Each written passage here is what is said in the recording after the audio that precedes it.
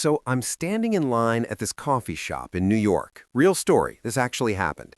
And the woman behind the counter looks at me and says, "Hey, what can I get started for you today?" And I knew exactly what I wanted. I'd been thinking about it for 2 blocks. I wanted a medium iced coffee, oat milk, 1 pump of vanilla, no sugar. Simple. I had the picture in my head. And then I opened my mouth and a medium iced coffee with oat milk and 1 pump of vanilla. That took a while. It took way too long because here is what actually happened inside my head. She asked the question in English. My brain immediately went to my language. I thought the whole answer in Vietnamese. Then I tried to find the matching English words. Then I did a quick grammar check. Is that right? Medium before iced or after. And then I said it. While the line behind you was getting longer. 4 people, all staring, and I wanted to disappear into the floor. If that moment sounds familiar, you are in exactly the right place, because today we're talking about one of the biggest invisible problems that English learners face, and the reason most people never fix it is that they don't even know it has a name. It's called translation delay. And by the end of this episode, you are going to understand exactly why it happens inside your brain, what 3 habits are keeping it alive even as your English improves, and 3 practical exercises you can start this week to break it for good. Let's get into it. Hey everyone, welcome back to Speak English with Us. I'm your host, Melody. And I'm your other host, Holmes. If you're new here, this is the place where we help you go from beginner to intermediate English through real life, real topics, real conversations. No grammar lectures that feel like homework. Today's episode is going to be a little different from our usual format. We're not looking at vocabulary for a specific topic today. We are going deep on something that sits underneath all vocabulary, all grammar, all conversation. And it's the thing most English teachers skip entirely. Translation delay. Let's actually define this properly. Translation delay is what happens when someone speaks to you in English and before you answer, your brain makes a detour. It goes from English to your native language, builds the answer there, then tries to translate that answer back into English, and then you speak. So instead of a direct path, question to answer, your brain is taking a much longer road. English in, native language, build, translate, English out. And that detour takes time. It takes mental energy. And in a real conversation where things are moving fast, that extra time shows up as a freeze, a pause, a smile and a nod when you actually wanted to say something. And what's interesting is this is not a vocabulary problem. It's not a grammar problem. We've talked to learners who know thousands of English words, who understand grammar very well, and they still freeze when they need to actually speak. Because knowing words is different from accessing them automatically under pressure. Exactly, and that's what today is about, building that automatic access. So, 3 things today. First, why your brain defaults to translation in the first place, because understanding the reason is the first step to changing anything. Second, the 3 specific habits, we're calling them brain blockers, that are keeping translation delay alive even as your English improves. And third, 3 practical exercises to retrain your brain to think in English directly. You can start all 3 this week. None of them require special equipment. None of them cost money. Just your brain and maybe 15 minutes a day. Maybe 15 minutes. That's it. Let's start with the why. So why does this happen at all?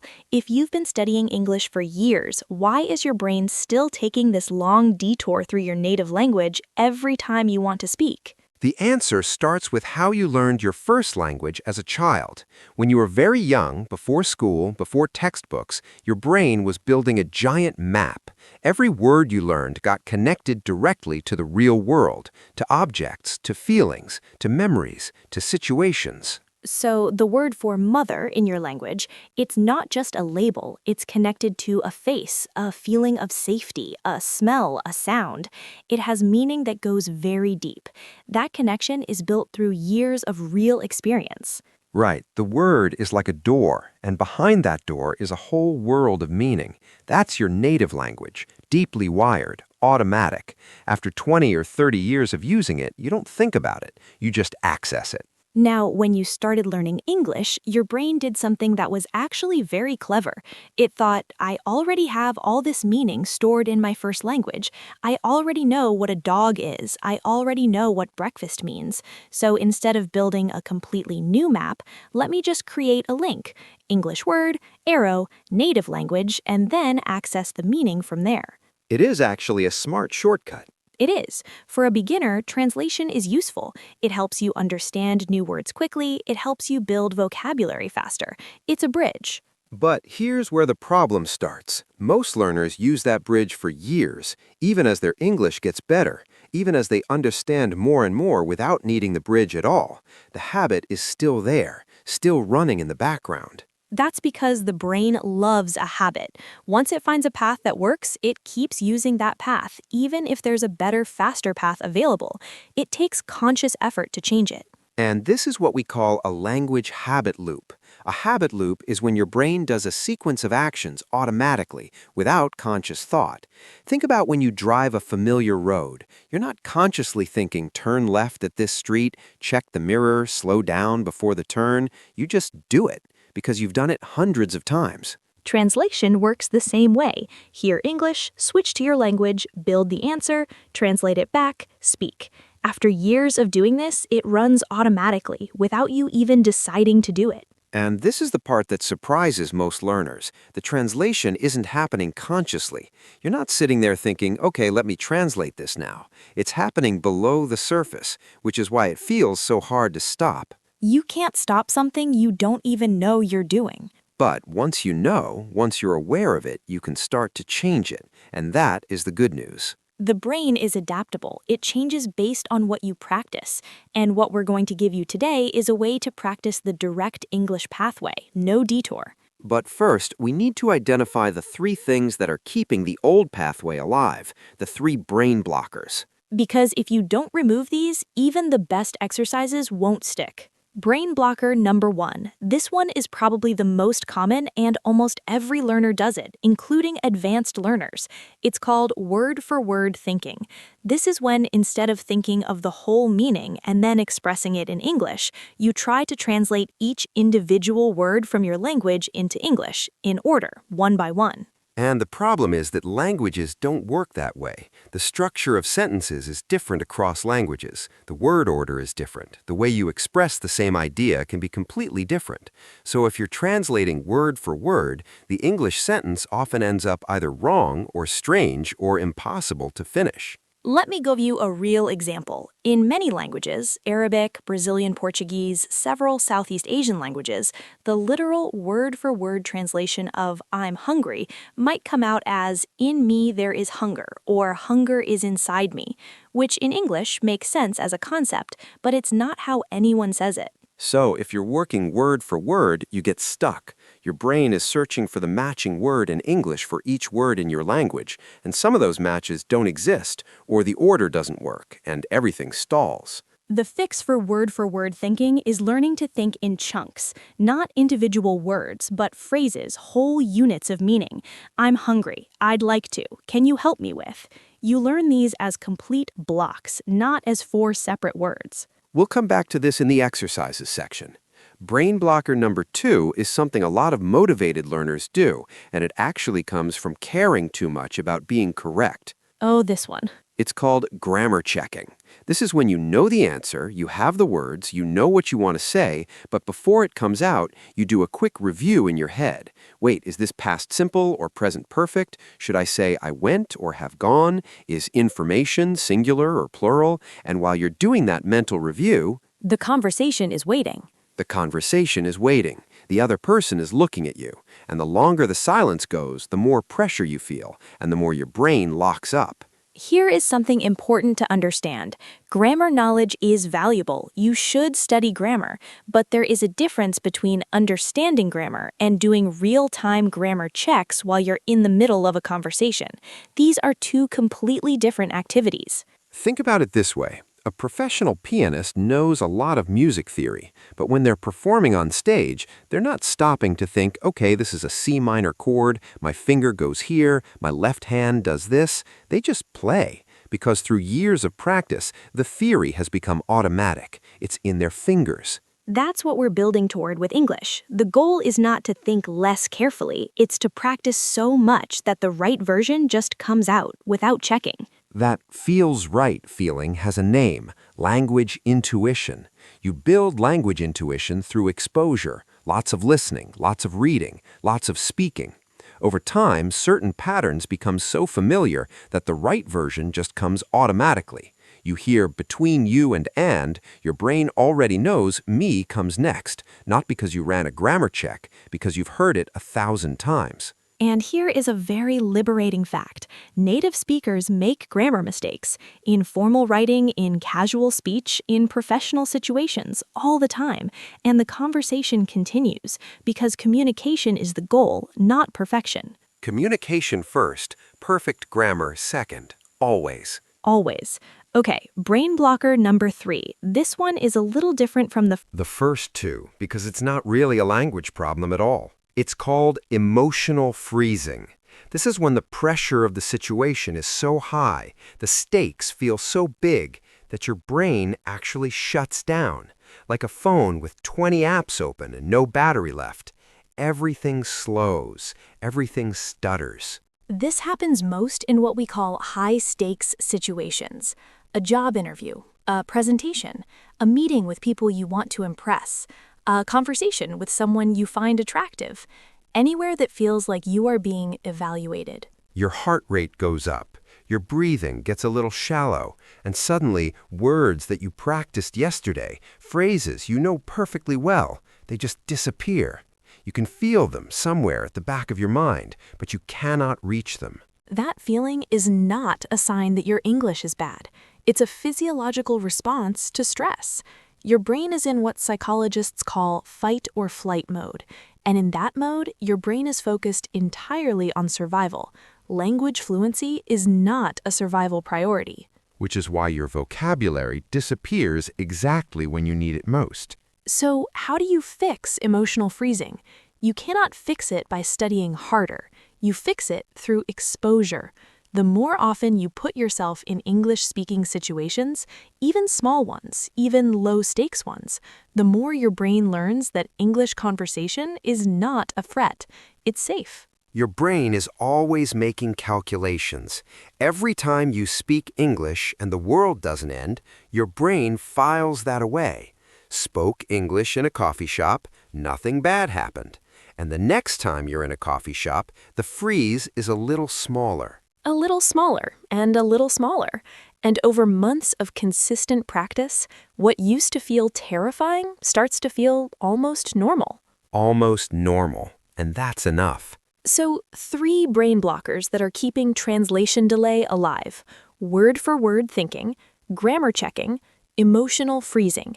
If you recognized yourself in any of those, that's a good sign. Awareness is always the first step. Now, let's talk about how to actually fix it. Exercise number 1 is called image anchoring. Image anchoring is a technique that directly attacks the translation habit at its root. Instead of learning a new English word by connecting it to the word in your language, you connect it directly to an image, a picture, a feeling, a memory, a physical sensation. Let's do this right now. The word is cozy. Don't translate it. Don't look for the matching word in your language. Instead, close your eyes for just a second, if you want, and picture this. It is a rainy afternoon. You're inside. It's a little dark outside, but warm where you are. You have something warm to drink: tea, coffee, hot chocolate. Maybe you have a blanket. You feel completely safe, a little bit lazy in the best way. Know where you need to be. That feeling is cozy. That entire scene is what cozy means, not a translation, a feeling.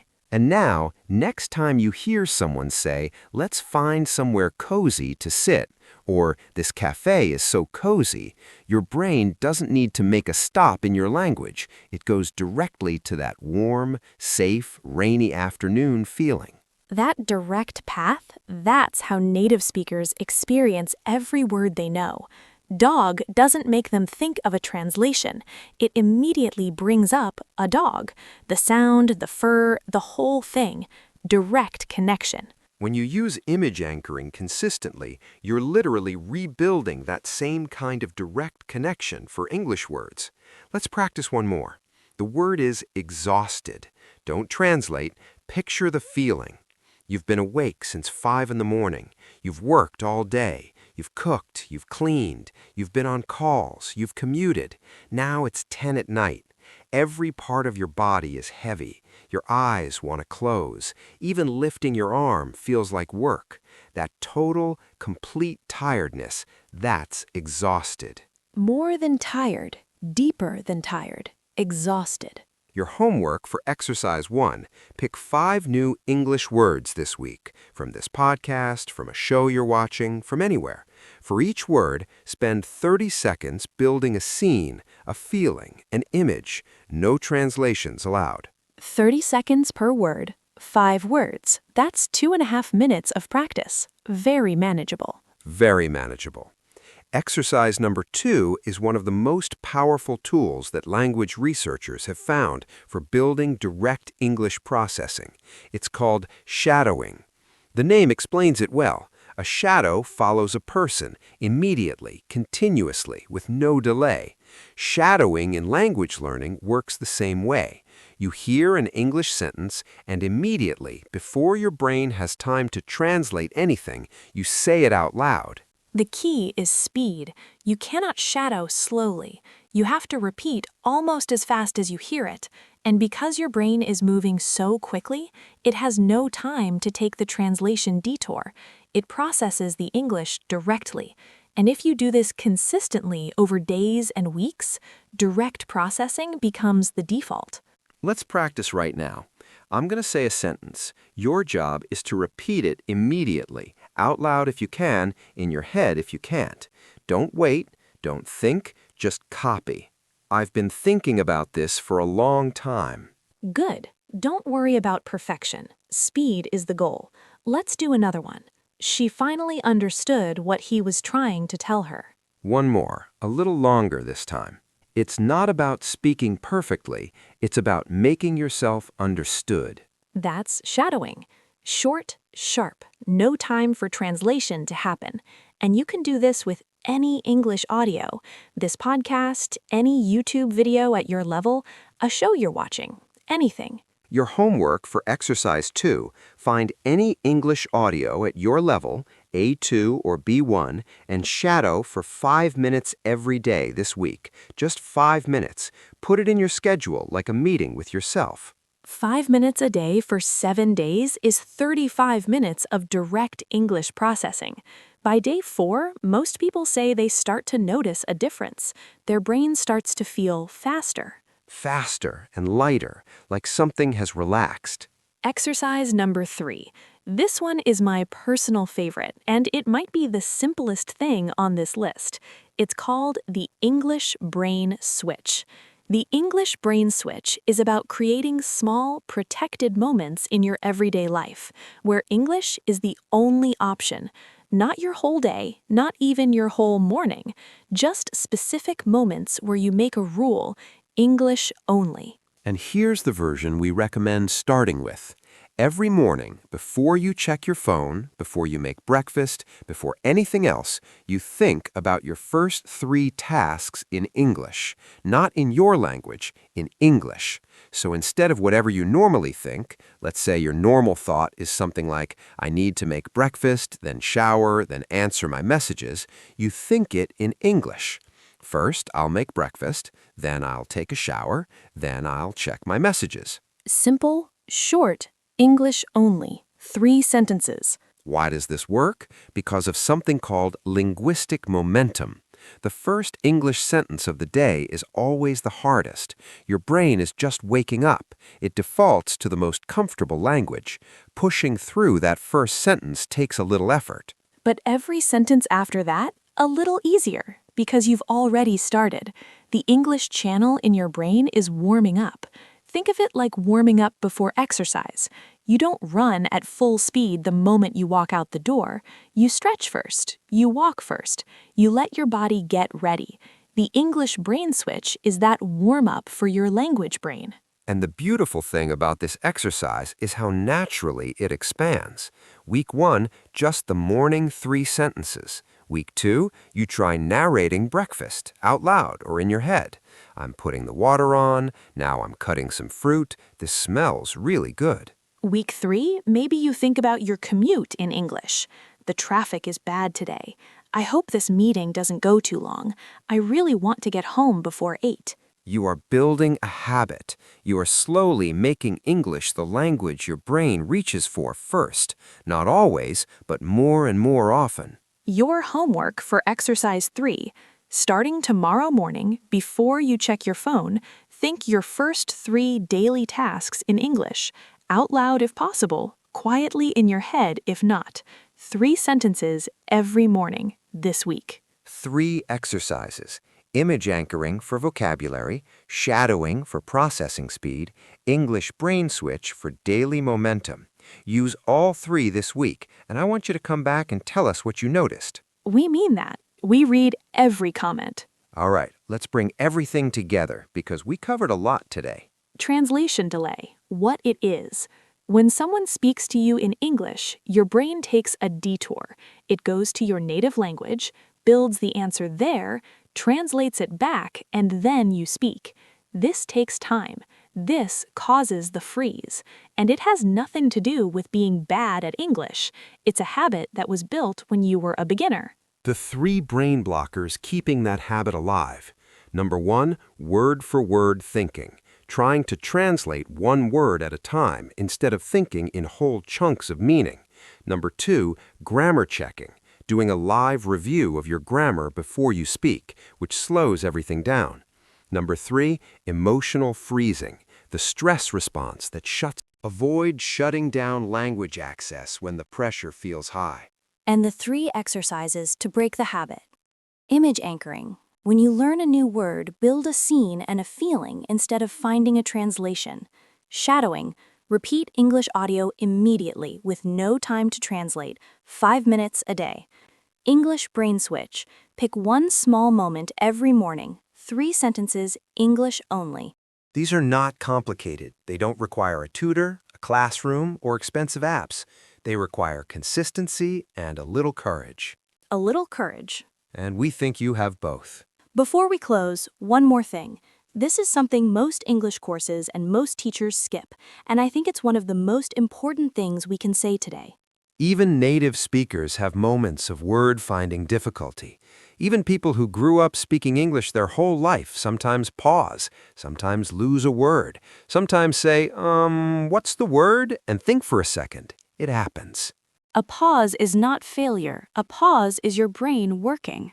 The goal we're working toward, the destination at the end of these exercises, has a name: automatic recall. This is when someone asks you a question in English and the answer comes.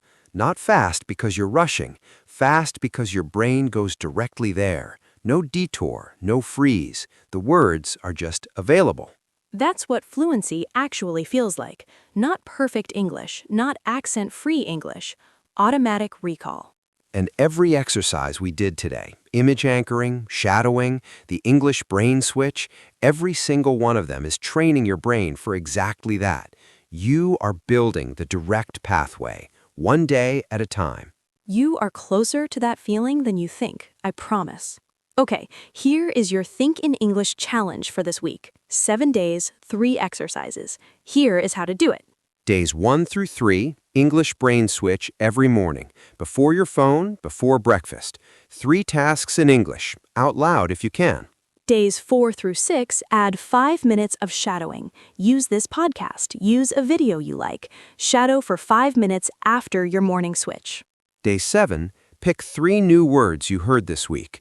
Build an image for each one, 30 seconds each, no translations allowed. That is the full week. Small steps, every day, real progress. And here's our question for you in the comments. We want to know, which brain blocker do you struggle with the most? Word-for-word thinking, grammar checking, or emotional freezing? Tell us, because we actually want to know. We read every single comment, and some of the best future episodes come from what you tell us down there. If you try any of the exercises this week, tell us how it went, even if it didn't go perfectly, especially if it didn't go perfectly. That's it for today's episode of Speak English with Us. Thank you for spending this time with us. Happy learning, everyone! Happy learning! We'll see you in the next one.